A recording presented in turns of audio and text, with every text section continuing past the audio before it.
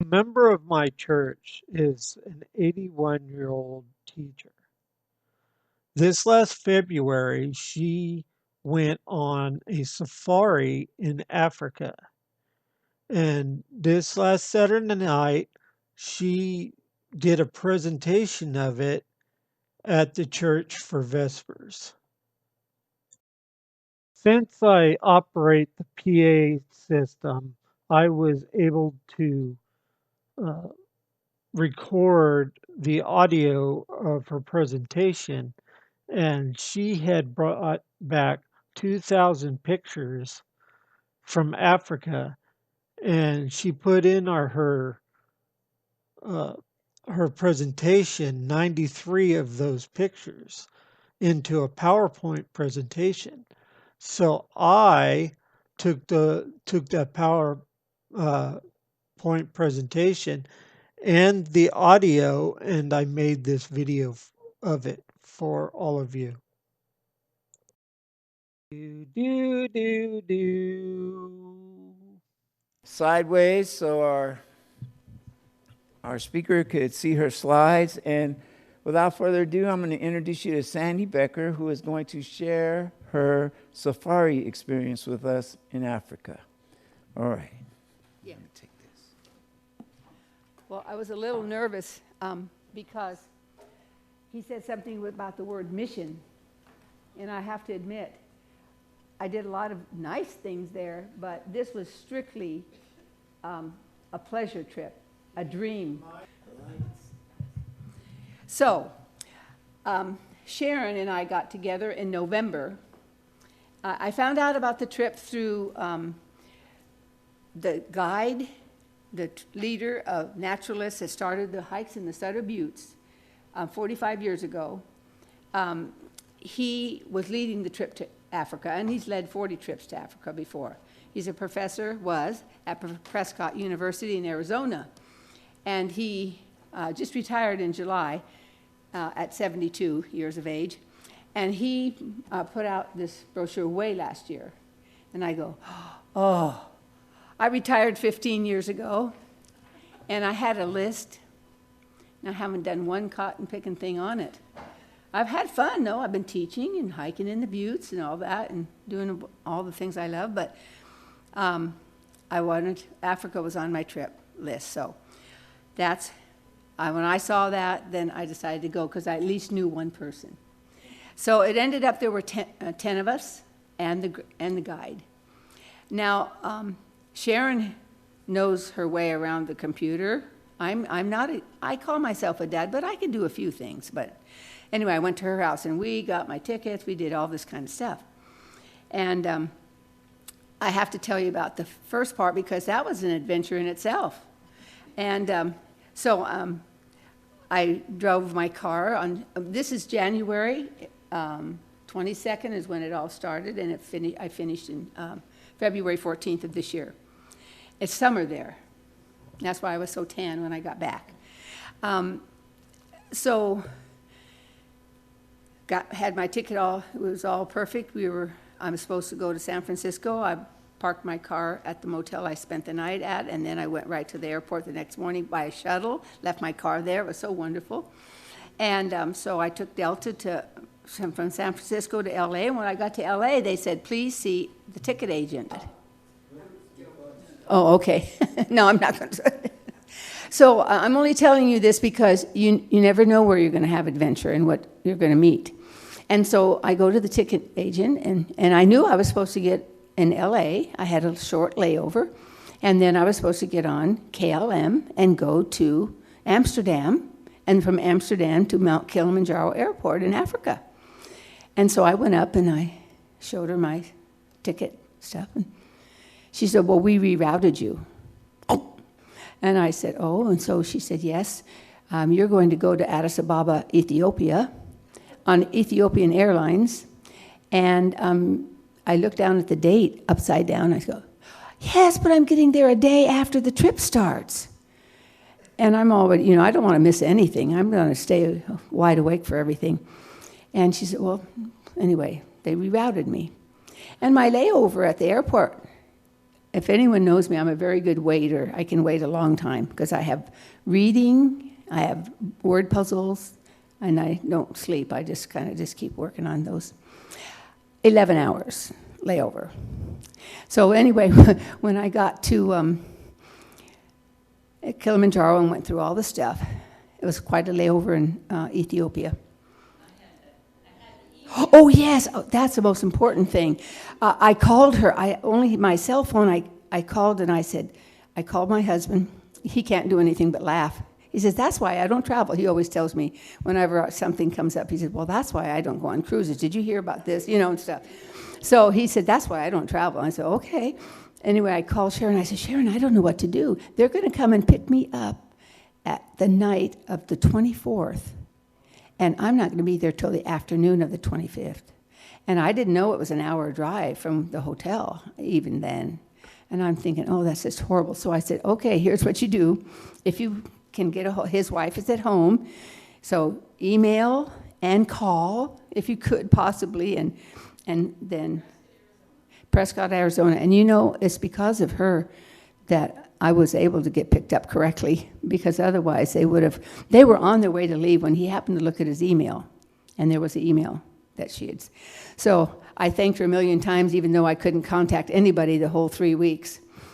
Okay, so now the adventure still hasn't started being anything but a little bit tricky, because when I come out and I look and I see all these people with signs saying, such and such a group, such and such a name, and all that. And I'm looking. And the name of the company is Aardvark Safaris. And of course, my name is Sandy. So I looked and I said, oh, my name's Sandy, I said to this guy. And he comes over, and we hugged and everything. Then we started talking, and he's getting my luggage, and we were going to go. And I noticed his emblem, and it doesn't say Aardvark on it. About that time, a lady walks by with her suitcase. She says, oh, your name is Sandy too, huh? And then I looked at her guide, and it said Aardvark on it. I said, I think we have the wrong guides. So I hugged my new guide, which is the one, Chili. He's sitting in the vehicle there. And he was so good-natured. And so anyway, he had to take. So the other 9 people and the guy and the leader were gone all day at this wonderful national park that I didn't get to go to. And poor Chili, well, he got paid for it, but I mean, he had to drive all the way in just for me in one vehicle. But he was very good, and we made it to the hotel, and I met everybody that night, so everything was fine. And by the way, one of the things Sharon and I did was get me travel insurance, and so because of that, I got $500 back because of all the things that I missed. So that was well worth it. Okay, so now the safari was in Tanzania, and it was 2 weeks. And then those who wanted to, because it was actually 2 separate trips.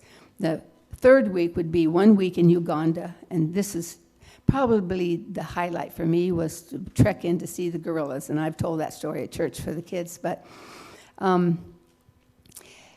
that I wanted to go on that too. So the animals in Tanzania are absolutely, it's unbelievable, and that's what we did every day, all day.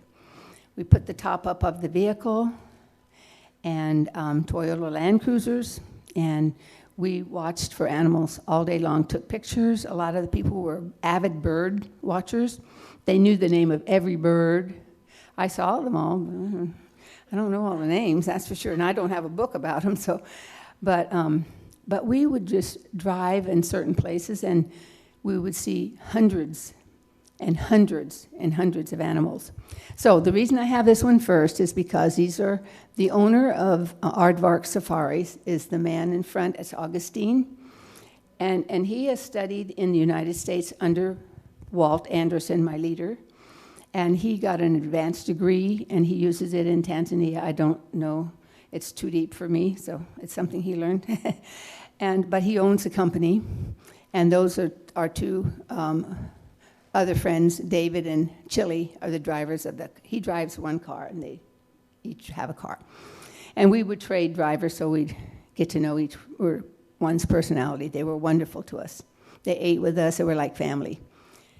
Oh, yeah, that's right. I can move it now. And finally, you can see a different picture.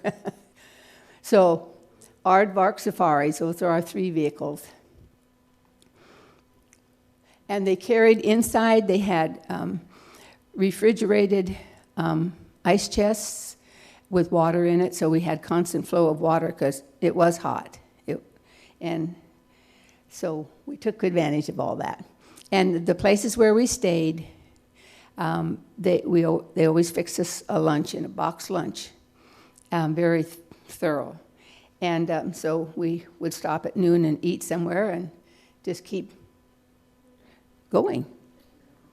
So I just said Toyota Land Cruiser. Now, the very first place we stayed, well, this is my front porch right here, my inside the room, and there's outside, and there's the other little huts.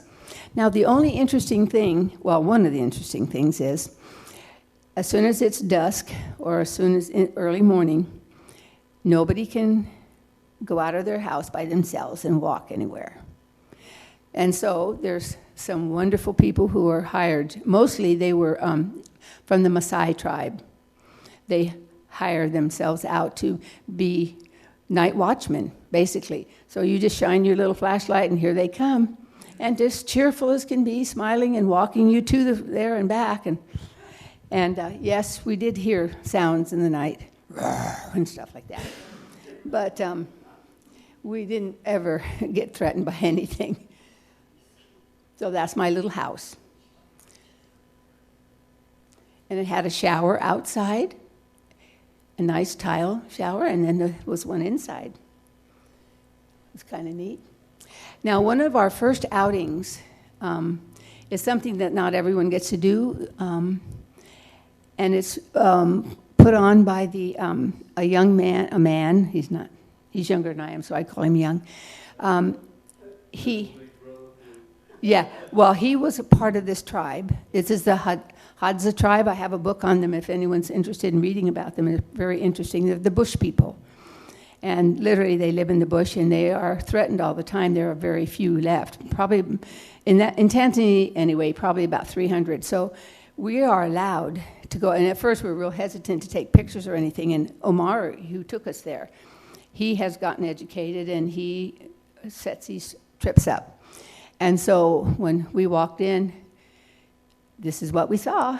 And the 2 men in the front, the young man just became a man. And what you have to do is you have to kill an animal, and then you wear the hide over there. So he has a baboon hide on his back. And the other one's an older man, but the 2 of them are the greatest hunters. And that's what these people are, hunters and gatherers. And so they had already hunted, and they had built a fire that you see only men there, and they were cooking baboon and over the fire. And then I kept looking over to the little village where the women and the kids were. Of course, I'm always interested in the kids. And so hoping we got to go over there, which we did. But we spent some time there. They showed us how to and make a fire, how they have to make a fire with the stick. And some of the ladies were brave enough to try it. I was always... Was he smoking tobacco? What? Was he smoking tobacco? I don't know what was in there. No, I didn't ask. But I'm pretty sure it's something that they grow for that. I don't know. Or maybe they get it wild. I don't know. Finally, we got to go over to the women and the little huts. And we got to go into huts. You'll see we got to have our pictures taken. The one lady in the front is nursing a baby. That's the only nursing mom I saw. The rest, she was quite heavy, but the rest of them were all slim. And right away, because everyone thought I was a grandma or mama, so I was either called grandma or mama everywhere. I was treated quite royally, I think. My hair had turned blonde by this time. It was all washed out, so I really did look looked my age. But it was really cute because the most assertive type westernized woman, I saw her in action later, and she as soon as we walked in there, she grabbed me and had me sit down by her. Now, anyone who knows me knows that I have a couple of things I'm a dud on, and one of them is creativity and working with my hands and making crafts and things. I'm not very good. And so what was she having me do? Oh, you'll love it. I'm stringing beads. And she's doing it like a mile a minute. She's the one in the forefront. But they were both really sweet to me and were helping me. So I had my friends take my picture while I'm doing this. And yeah, they were really sweet. And most of the language was spoken was Swahili. Our guides, of course, could speak English beautifully, and Amari spoke English, and they knew some words of English. But and then after we went to inside the village, then we went to the gathering part of the day. So we got to do the whole thing they do every morning. It was so, I felt like it was a real privilege. It was one of my highlights of the trip. And so the women do the digging, and they just have a plain old heavy stick, and they're just digging. And they dig down, and they get the tubers that look like yams. And they also do something else. They dig down, and they find at the bottom of some of the plants little tiny round things full of water. And so when the water's less, and you wait till you see them drinking out of this much water in a little stream, then you'll see why they... So I got to eat one, chew on one of those and get the water out of it. It was pretty good. But the one that had pulled me over that I said is more westernized, the man came over and he was going to help dig, and she said, no. She wanted to dig it, and the little kids were helping too. It was really cute. And so I had 2,000 pictures, so I only got 93, so that's why had to skip some of the things. So while the ladies were digging, and some of the men, these two great hunters, they went out and they got 2 dove. And so as soon as they get the meat, they have to cook it because there's no way to keep it fresh. So they made a fire, and the one lady looks real excited, doesn't she? But the little guy, he's learning all the things to do too. But one of the things I liked is that at the end, oh dear, I guess I don't have the picture of it. At the end, they took leaves from the trees and some of the greenery they had gotten maybe to cook too, some of the vegetables and things, grasses. And they put it at the bottom of a tree, and it was a thank you to their idea of God, that for the fact that they had some food. So that was a good thing. So, of course, we all wanted to give them money, because they don't have much money. But they make things, and so we bought some things. I have a few of the things I bought. I'm not very splurgy on spending for things like that, but I wanted to give them money, so that was a good way, to buy something. And so we got to buy things. And one thing that I thought was cute is before the price was decided on, our Omari, the man that took us there, he goes over to this little guy, and who is the chief. And the chief gives his okay of what to charge us for each of the items. It was really cute. He said this. And, of course, they already had figured out pretty much what the price they wanted to do. So then they decided that some of our guys, well, even a couple of the women, were going to have an archery contest. And so they have all these bows lined up and some arrows. And it was quite hilarious because, yeah. So on our way, then we're going to stop by a couple of other tribes and see their work. And so this is an onion farm. And yes, they do every single solitary movement is all done by hand. So we saw the young man out there. And so some of our ladies went over and asked if they could do it. We had one especially that she was always asking to get involved. And so he said yes, and she was like this in just a short time, and they do it all day long to plant the onions. And they have long buildings that they store the onions in, so it was quite a profitable thing, but everything by hand. So then we came to this village, and the name of the tribe slips my mind, but they are, they take old metal, and this is where they live. There's their home. And, Sandy, huh? can you go back a notch? Yeah? Look on top of the roof. Yes, I saw that. I thought that was cute, yeah. Uh-huh. So somebody got something sometime that they could do that. And you know, the laundry is, their clothes are spick and span and very colorful. They buy the material. And I saw in some of the villages as we drove by, gentlemen at treadle machines sewing up their colorful, beautiful garments. And I was telling someone too that I never saw so many people walking. You know, since I'm an avid person that keeps moving, well, and I give workshops on that even, seminars, to see kids in their uniforms going to school, spick and span looking. I don't know how they can keep, because this is what's around their houses. It's dirt. They just have some plastic buckets or maybe even a tub if they could afford it. And they wash them every day, their clothing, and having it up. It looks like they're brand new. Anyway, at this village is called, we would call them a blacksmith or a goldsmith because, anyway, that's their home. But they take old metal. They just go collecting it everywhere.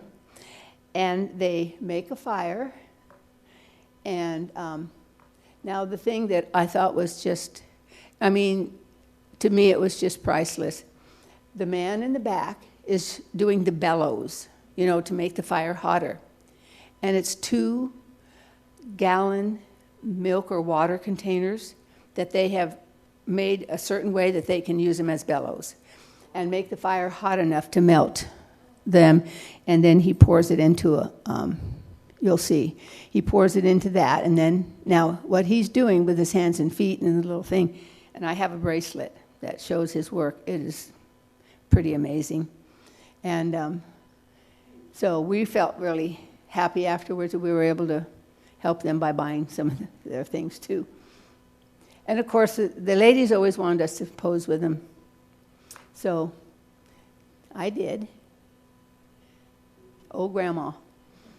So sometimes we would just find this nice place and we'd all get in a nice circle like that, and then the fellows had all those chairs, and they would undo the chairs, and we'd all sit down, and we'd have our box lunch and just have a right time. Except at this particular place, there must have been about 100 and some odd birds. We didn't count them, and they all wanted a piece of our food. So they were in our cars. They were on top. They were beautiful, and they named them all. I'm sorry, I can't name them all. But anyway, those are some of our people helping to set it up. The fellas were willing to set it all up for us, the drivers, but we would pitch in and help. And then one day, we had a catered lunch.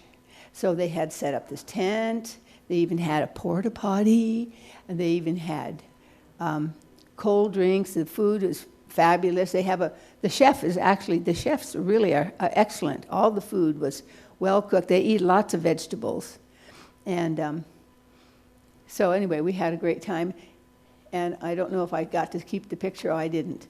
I didn't get to keep the picture of, there was a beautiful, I mean, if you want to call a turkey vulture beautiful, but he was sitting there and he just looked really regal. But it was like, wanted to make sure we were all moving. We made sure we moved a little bit so he wasn't going to eat us. But anyway, these are taxis. So, and I found this in the Philippines too. You know, when I visited my children that I put through college in the Philippines, when I visited them, I was just amazed. Sometimes there would just be a single motorcycle, and there might be 5 of the family on it. Or you can stand by the road, and or you can start walking, and then a taxi like this will come by, and it must be a small amount of money, you can get a ride. It'll hold up to like 4 people inside there. I don't know how, but they do. What I like is that they work. They try to work and try to survive. And then they have nice motorcycle shops because more and more of them are able to work and buy a motorcycle. And so they zip all over the roads. Bud was asking if I stepped in a canvas tent? And I said, yes. So 5 days we were in the Serengeti, if you've ever heard of that particular area. That's where we saw the most animals. It was remarkable. And I will show you a lot of the animals in a little bit. So this is not like anything you ever saw, if you ever saw any old-time movies from the 30s of a tent out in the middle of nowhere and lions roaming by and everything. And this was totally different. We got to wash our clothes in those 2 green things, one for washing, one for rinsing. We did our own. Some of the places, they actually did laundry for us for a price. And then the zippers close the door. You want to keep it closed all the time so other little guys don't come in to visit you. And beautiful big bed, and all the beds had mosquito netting around them. This little house has a desk and a chair, and I went around the corner and place to hang your clothes, and around the corner, a sink with a faucet. And then there was a flushing toilet. And then in the other little door, there was a shower. I want to show you how the shower worked. That's great. I didn't take a picture of me in it, thank you. But outside is the bucket. So now when you came back dirty from the safari, because you're standing up in that dirt all day and you kind of feel dirty, and you want to shower before you eat dinner. So I was single, so there was another single lady, but she didn't want a roommate, so we paid extra, so we were set. So I was in tent number 1. So my idea was, as soon as I'd come in, I said, tent number 1 will be ready in 10 minutes. And so I don't know how, with the cooking abilities that they had, the small area, the small stoves, how they could heat up that much water for all of us. Plus, there were other people who came and spent time in the other part of the camp. So then that bucket's on the ground, and then I'm inside the shower. I said, okay, tent number 1, I'm ready. So they put the bucket, and they pull it up. And I'm inside, and I pull the little handle down, and out comes this warm water. And usually I could make it last all the way, but then finally, when I got dirtier, I had soapies, and I said, uh-oh, tent number 1 needs more water. And they just filled it up, and there we were. So I never expected that. That was just so great. We couldn't believe it. Now that's another day. We visited a Maasai village. And now this young man, his father is the chief. And he has 2 brothers. They all speak perfect English. They have been educated. And so he was the one that told us about their village. And the only fee we paid, most of the things were already paid ahead of time, but we paid a fee because the ladies, the gentlemen danced. In fact, we'd heard them dance. They came to this fancy hotel that we were in, and we were having our little pre-dinner meeting, and all of a sudden here came the dancers in, and they are loud, and they are really athletic, and they do really high jumps, and they have a kind of a routine like a marching band routine. But anyway, so the men did the dancing and the ladies do the singing, and they have those neat things around their neck, and they make them wiggle. I couldn't make mine wiggle, but they wanted us to sing them. So these are the ladies. You'll notice they all keep their hair short, really short. And it's good, I think, because I'm sure with not having a lot of bathing areas, you know how we have lice at school sometimes, no, maybe not at our school, but a few times we've had lice infestations at school, head lice. But anyway, these ladies are great. And then the men, they carry the sticks. And like I said, it's kind of like a marching band. And then 2 men will come forward and they will jump. I've never really seen people that could jump that high. And they're singing, I don't know what, or chanting. So I wanted to see this. This is a school. This is a school. And this young man that's in the wheelchair, he has cerebral palsy. And the little guy's outside. He's a little too young to go to school. So I went inside the school. And he's so proud because the chief told us they learned all their letters from A to Z. In other words, A to Z. And so you can see our letters there, and then regular numerals. And then whatever, didn't know any of that. But this children sang to us. And there were they sit on benches, and there was a little girl that I saw. She was so proud of her little book of papers that was stapled together somehow or clipped together or tied. And she had a pencil, so I went over and talked to her later, and she showed me she was very happy that she had that. Oh. So we got to buy some things there, and some very spectacular things. Well, I had a little trouble.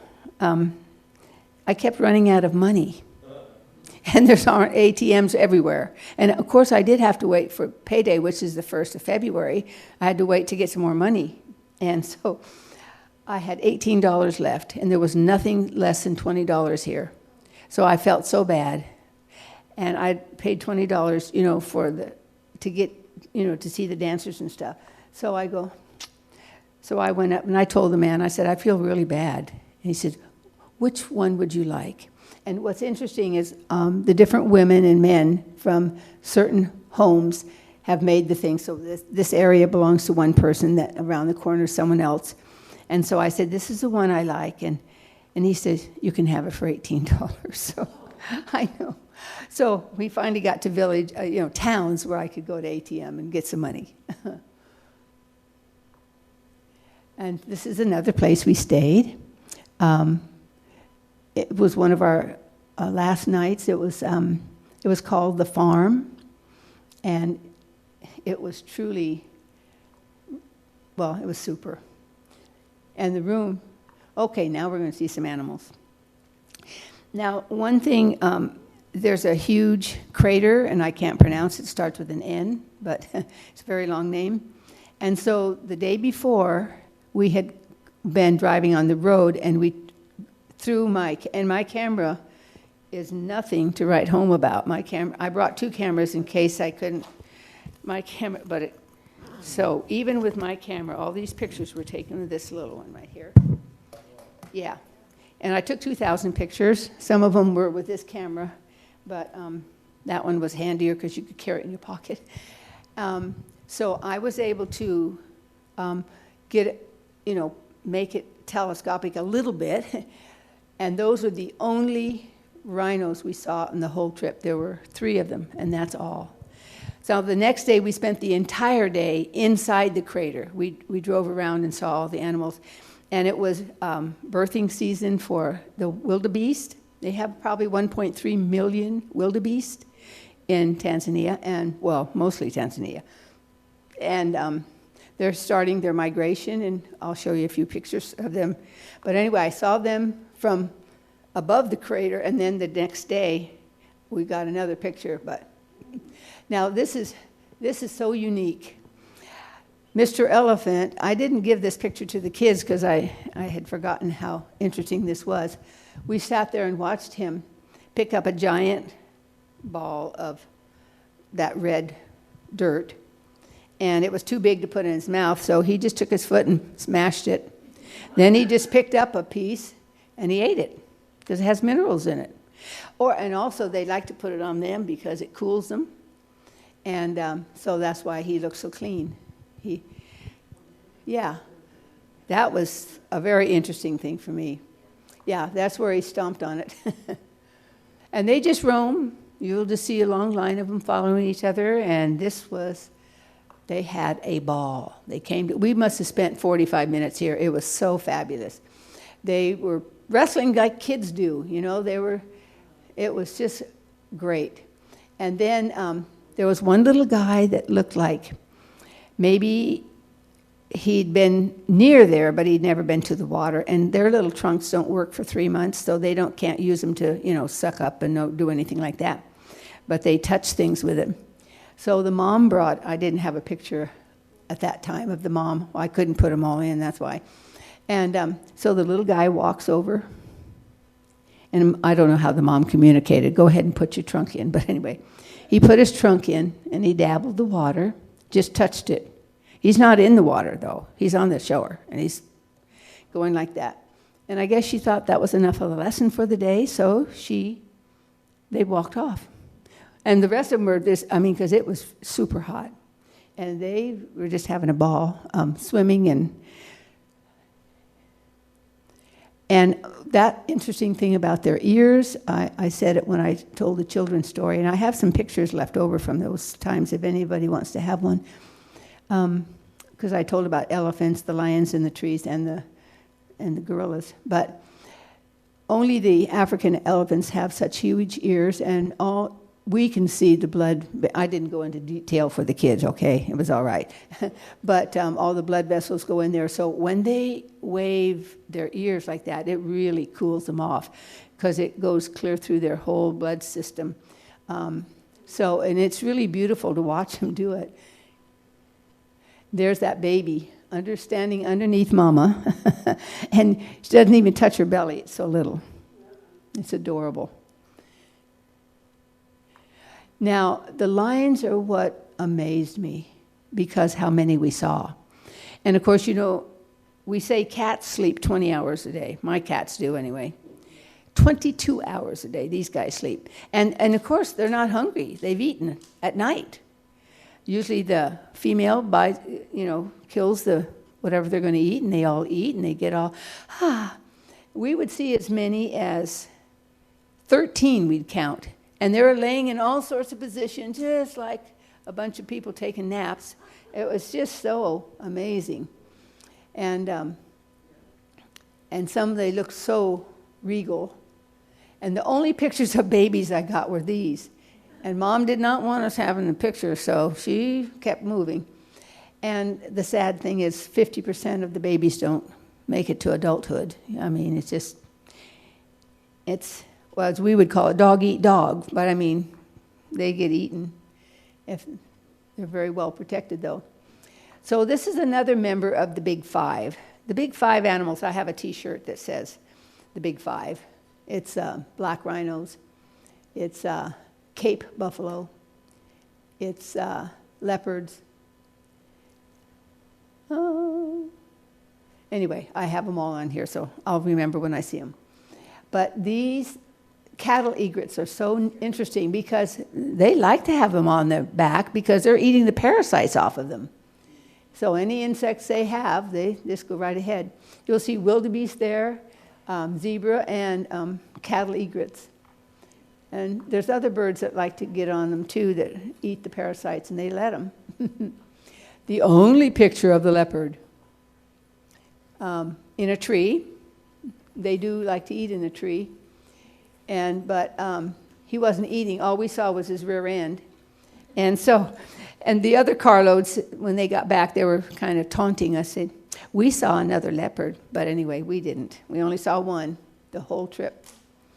This was an exciting sighting because we were going cross-country in our vehicle, and our driver seemed to know where animals will hide down in the bushes. And so we saw this female laying in a bush, and she was panting because, her little head was sticking out. She was so hot. And so our other car came along and parked in front of us. So we all had the motors off, and we're just sitting, and we're taking pictures of her. And she was so hot. She got up, and she came and laid in the shade of this tree. I said, I think you should put that on your brochure. People would love to know that the cat liked to lay underneath your car. We didn't know what to do. We didn't want to scare her. And so finally he started it up, and she moved out, but then he turned it off, and she came right back and laid there for a while. Yeah. But I think our favorite sighting of all were these two brothers.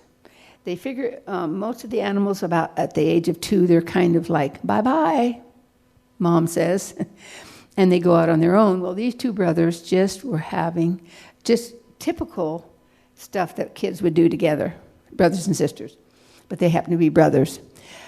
They were wrestling, and then they licked each other. Not in this order. And then they groomed, and then they laid down. And they just did everything together. We got to watch them for the longest time. I don't know. We just would spend so much time. Whoops. Anyway, the last view we have them, they're just kind of ambling off across the savannah. So yes, we see you can spot these anywhere because they're so tall. So we saw hundreds of these giraffes. Okay, this is a bloat of hippos. That's what a group of hippos is called, a bloat. Remember, I told the story, and I told the kids they didn't get it, but the adults did. I said, it's a word that means if you eat too much, you feel like this. You feel like you're bloated. They didn't get it, but anyway, this is called a bloat, B-L-O-A-T. And so Augustine, we were all watching and taking pictures and stuff, and they're in the water all day long. That's why their nickname's river horse. People way back when called them river horses because they were always in the water. They only come out at dusk, and they eat all night long. Not far from the water, but they eat all night long, and then they get back in the water. And so Augustine took it upon himself to count. He counted 49. I don't know if it really were. I said, I'm not going to count. I believe you. But that was the biggest bloat we saw. That was called Hippo Pool. And just above them, I looked to the right, and there was a beautiful, huge crocodile coming into the water. Well, he's not going to mess with them because they can be quite fierce, especially their babies in there.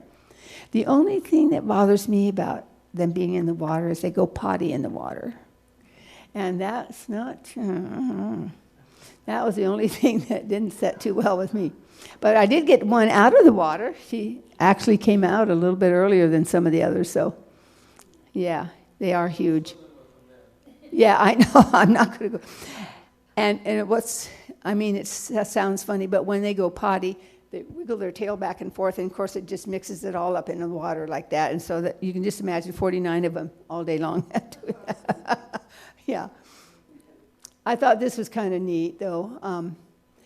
Now, the wildebeest, when they start the migration, they need water constantly. The reason they put up with the zebras is the zebras know where the water is. The zebras have great memories, and they can lead them to the wildebeest just kind of, and just go. But this is a jackal, and it's just walking along beside him.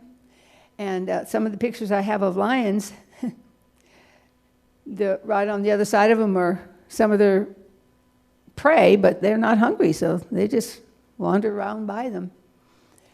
And the hyenas, I was mostly surprised at how many hyenas there were. And all their activities. They will kill animals, but they mostly are carrion eaters. You know, they eat the dead stuff, keep it cleaned up around there. Huh? They are the cleanup crew, yes, they are. I was surprised how many there were. Oh, there's lots of these guys. And now these are family-oriented. Baboons are very family-oriented. All the monkey families are. But we drove up to this one place, happened to have a store where I bought a book. And we could even buy soft drinks or water or whatever. And bathrooms. And the baboons were on top of our car. They've tried to get in. Yes, and they're in the road. And we don't see dead bodies laying around, so they manage. I love how the zebras stand. This one wags its tail, so it keeps the flies off of that buddy, and then that guy wags his tail and keeps the flies off of that guy. That's their favorite stance. I got a lot of pictures of just their rear ends, but that wasn't too good. The impala are just so beautiful, and so many of them. They have bachelor herds, but it's funny, they have one male that stays with the females and babies. I don't know if must be like a protector. I don't know. But, and yes. That's right, they don't. So there were two kinds of gazelles, and this is one. They're practicing. They're practicing for when they grow up, they can tussle with their horns. So there's no way I could really portray the huge line. We could look in the distance miles away and just see this huge long line of wildebeest. Now, when we were in the crater, moms were having their babies, mom wildebeest and mom zebras, babies. We watched births. And in 2 minutes, the baby is standing up. And in 5 minutes, they're nursing. And in 10 minutes, they're kind of jogging along with their mom. I mean, well, that's how they survive. And they want to have the babies born before the migration. But they were worried because they had no new grass for the richer milk for the moms. Oh, now, isn't he beautiful? This is a marabou stork. And that pink thing, that's supposed to attract females. I didn't think it was too attractive myself. But anyway, I thought it was unique. He's very unique. Yeah, I said, I think it's really sad that he had to be so ugly, but I didn't say it loud. Yeah. And this is the country's bird, the cassowary. Yeah, they really are beautiful.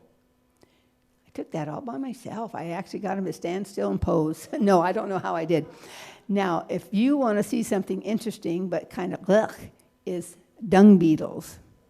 I had never seen them in action. I've heard of them all, but I'd never. And we watched this beetle. And now the beetle, I think that one of these he said is a light.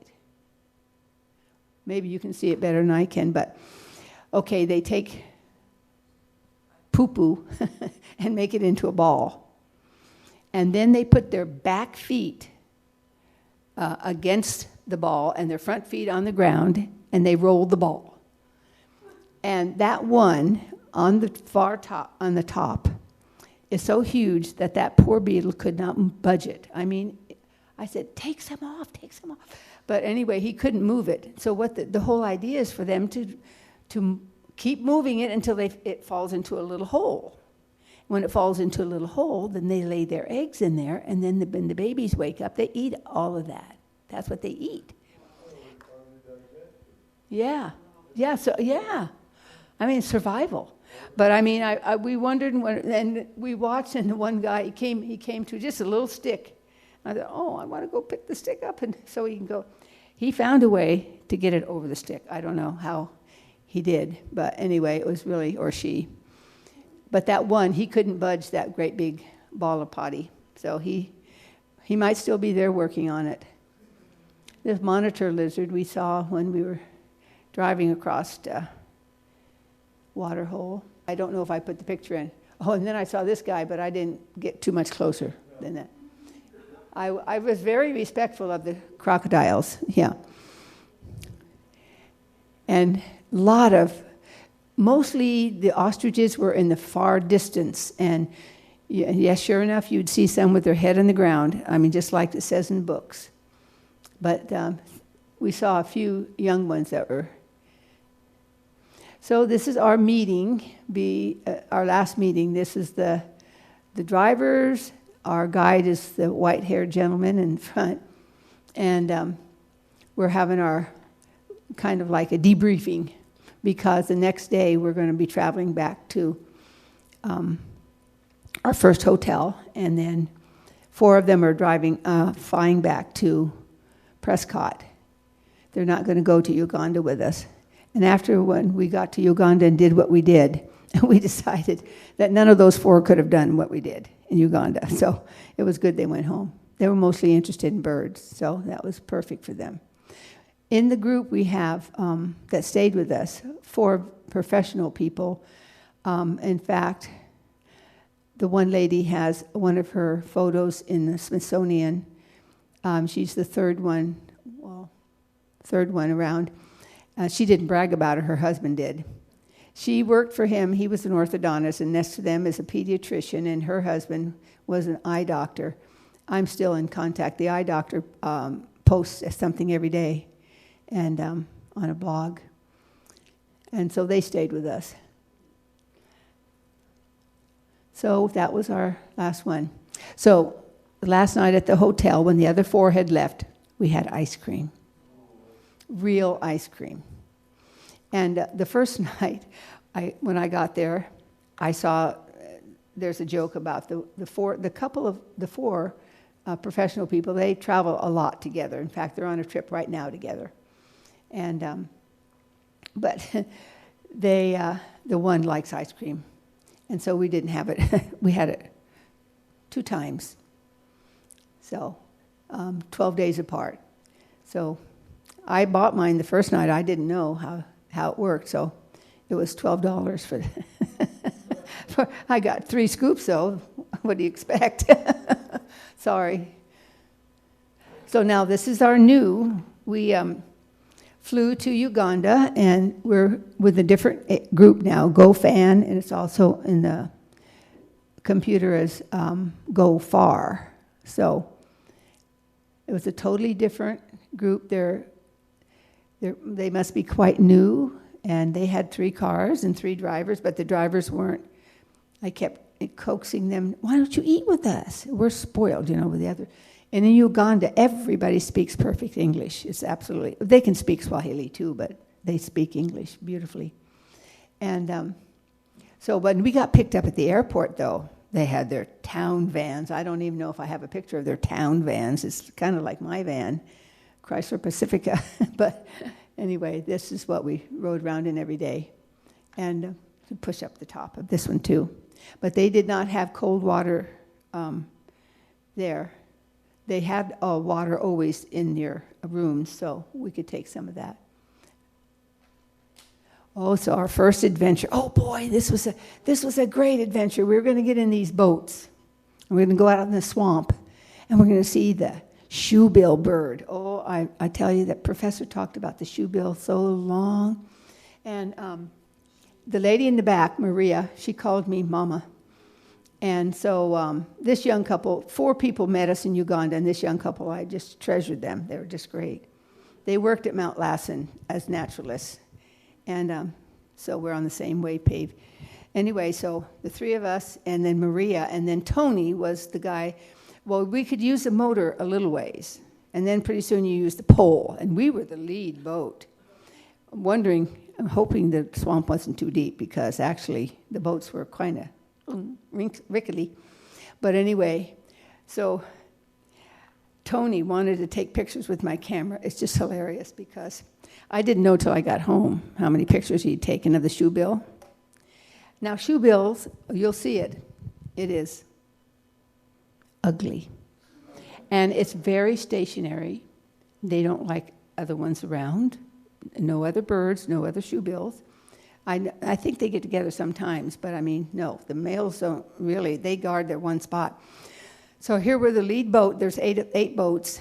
And so Tony's taking some pictures with my camera. And when I got back, I think I had 34 pictures of the shoebill. And he looked pretty much the same in every picture. I can't believe it. And, of course, when I went to get the 2,000 pictures processed at Walmart, I had them all processed. I thought, I'll just get them all. I see 34 pictures of the shoebill. Wait till you see him. There he is. There he is. I know. I'm sorry, fella, but I don't know. But we saw one.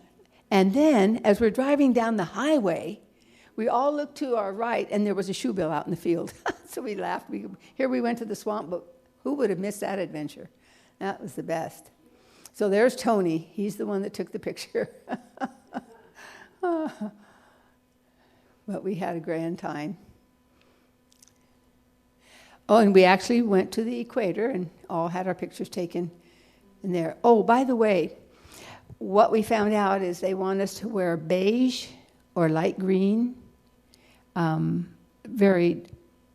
always saw that in movies. I wondered why they had safari, tan clothing, but that's because certain colors bother certain animals.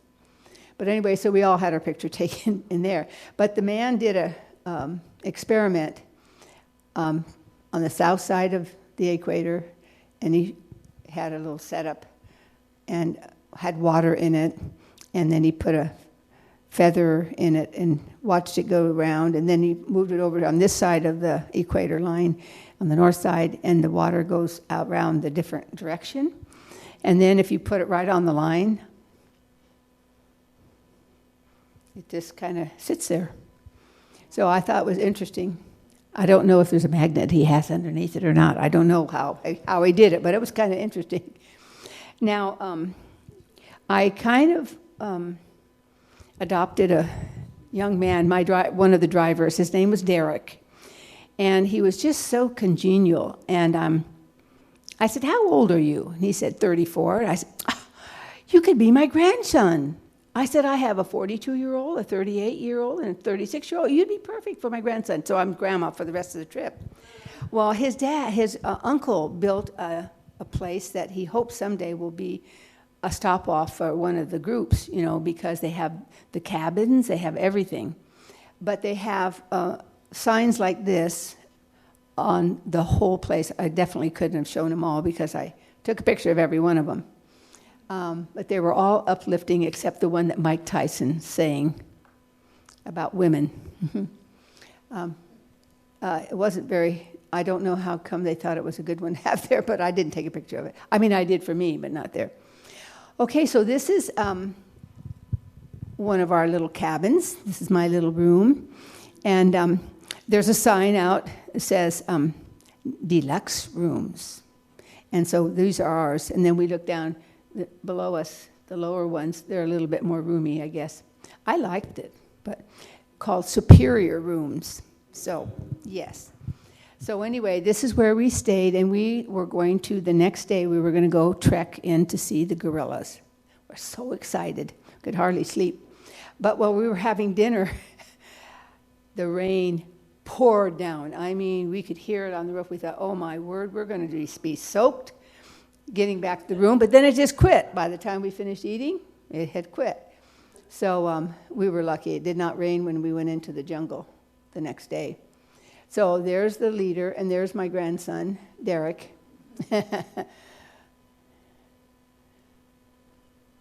So this is where we're going. And there is a book called The Impenetrable National Park. Welcome to Buwindi. And then there's another sign. And the gorillas are not in cages. The gorillas are not in any way kept in the spot. The jungle is theirs. And so they are very, very, very protective of them. You can't just go in and say, well, I'm going to go see the gorillas today.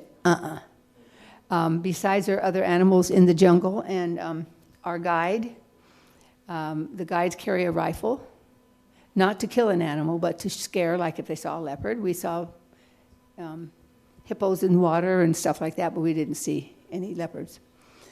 So it was so sweet. These ladies were walking from the village, and they saw our cars, and they go, oh, no, we're supposed to be there to do the dance, to welcome them.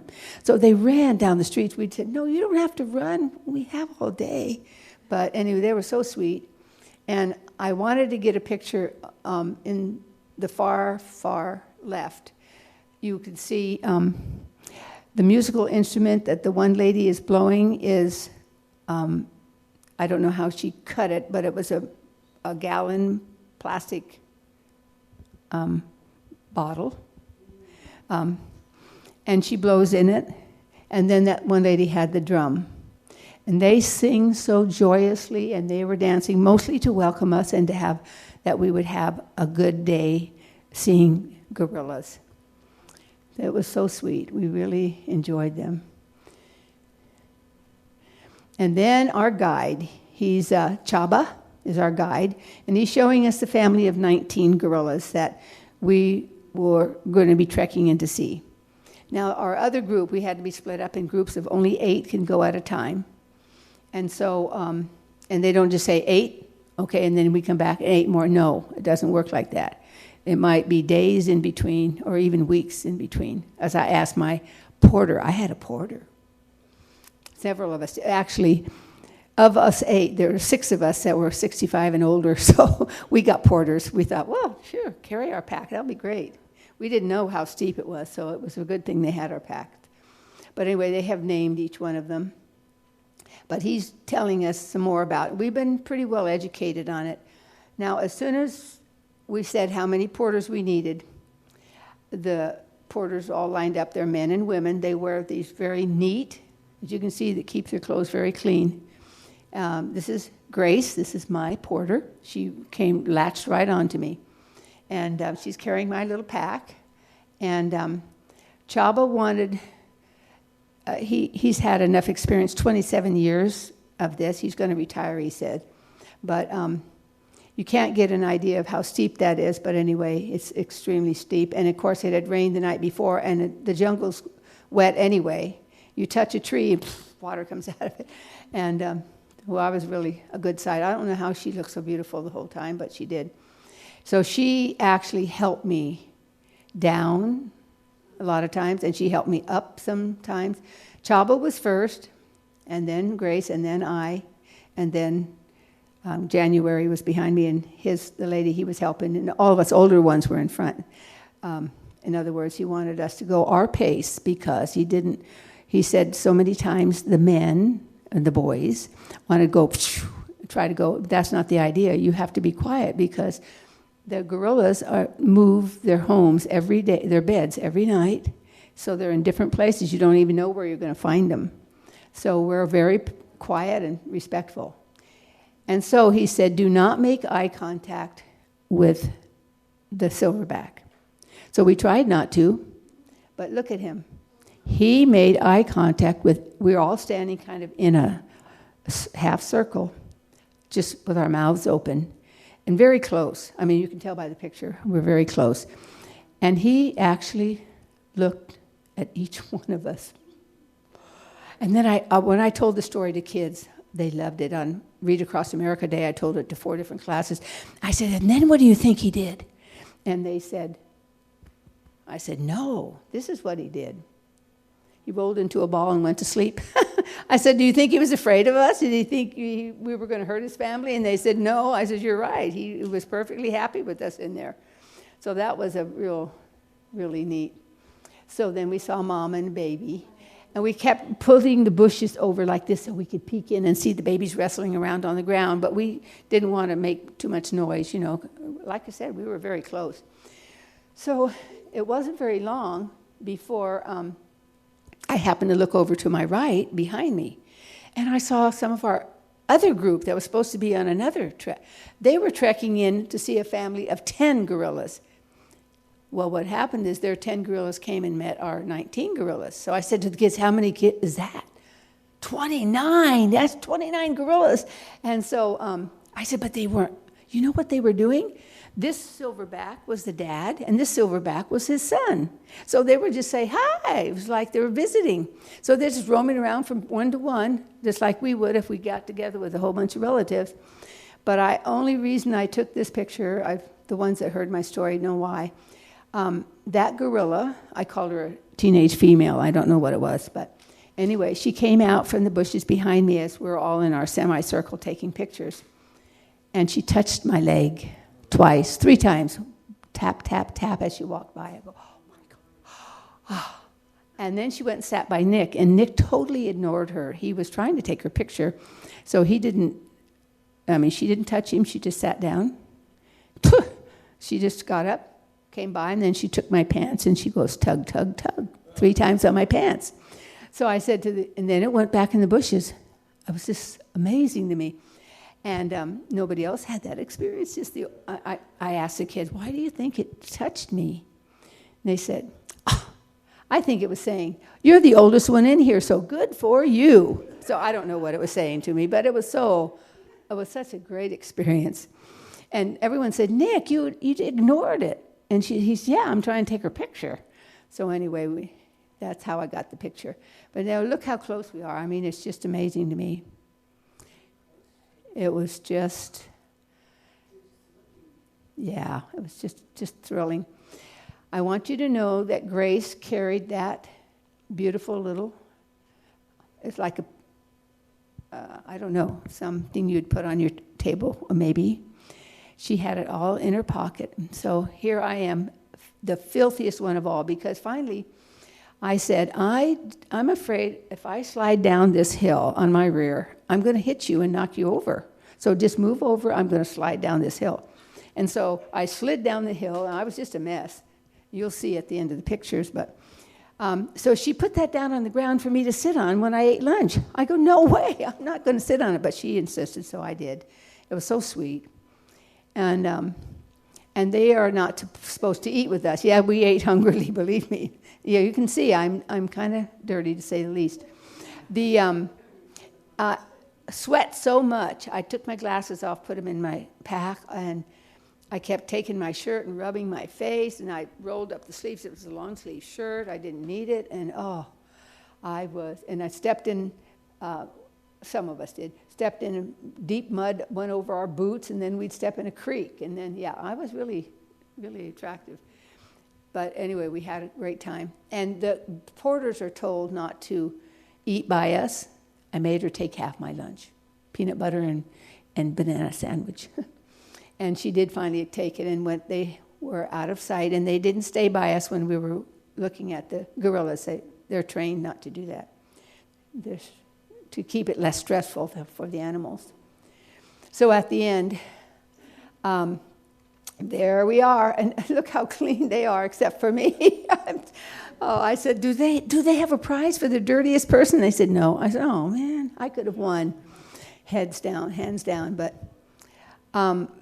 the tip that we're supposed to give them is probably, most of the places we went were $10 or $20, but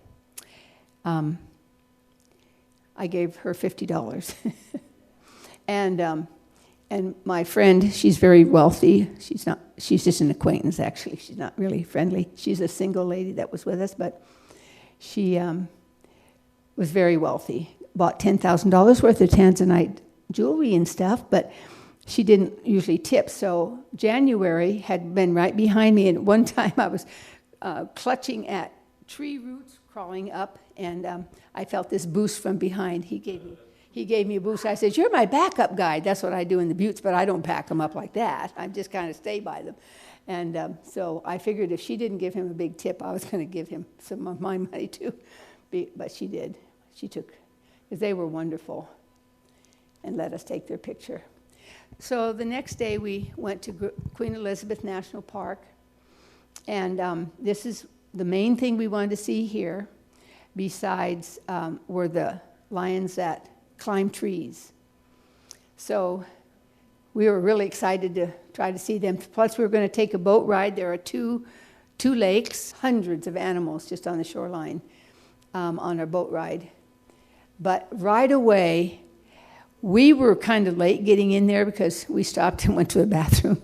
And so we're driving along, and Lindsay in my car, Lindy, she says, stop! We had a special word we were supposed to say to our drivers so they'll stop without yelling at them. And she said, there's lions in the trees. So we backed up and we took pictures of them in the trees. Yeah, they're just so amazing. So we mostly looked at trees like acacia trees that just look like kind of flat, nice, and beautiful. We never looked in candelabra trees. And you're going to see, and this is our house there. I mean, apartments. It was like apartments, like a motel. Very nice. And these are the boats we went on. And of course, our leader was on this one. He's naming every single bird, and I'm trying my best to write everything down. And but all the animals, by this time I recognize all the animals around it. And I couldn't take, I'm sorry, I can't show you 2,000 pictures, so I couldn't take. But on our last night, the day we went in to see the chimpanzees, I'm sorry, you're not going to see a single picture. My batteries died on my camera. And I'm getting a picture of, we saw very few of them. There's supposed to be a family of 34 chimpanzees. That was on the 12th of February. On the 10th, we saw the gorillas. And we only saw 6 very briefly, and they were up in a tree, and my camera, I have no pictures of them. This is a candelabra tree. I never looked in a candelabra tree for the lions because who would want to climb a cactus tree? I mean, it's from the cactus family. And so we're driving along that deal. In the morning, we went in to see the chimps, thinking that would be a good time to see them. We didn't see very many of them, plus I didn't get a single picture. And so then in the evening, we went on a game drive to see these. So we're driving along and we see another vehicle parked over there. Well, let's go see what they're looking at. And these are what we saw, I'm telling you. That picture, I believe that picture and the one of my gorilla will be on the calendar of the Comer's print shop, because they make the pictures that I give the kids when I tell the stories. And she just fell in love with some of the pictures I had, so she loves that one. I do too. I mean, our vehicle is parked right next to the tree. And she's just looking like, oh, hi. We figured they're about 2-year-old lionesses. It was a great experience. We were there a long time. In fact, they were waiting dinner for us. I didn't know they were going to wait, but they did. We got there late. We had to prove that we were supposed to come in there. I mean, they have a gate and everything. Well, we said, no, we've been here. This is our last night here. I need to give a shout out to Sandy Becker, who did this presentation. If you like this channel, hit the like button, hit subscribe, and push the notification bell. Thank you.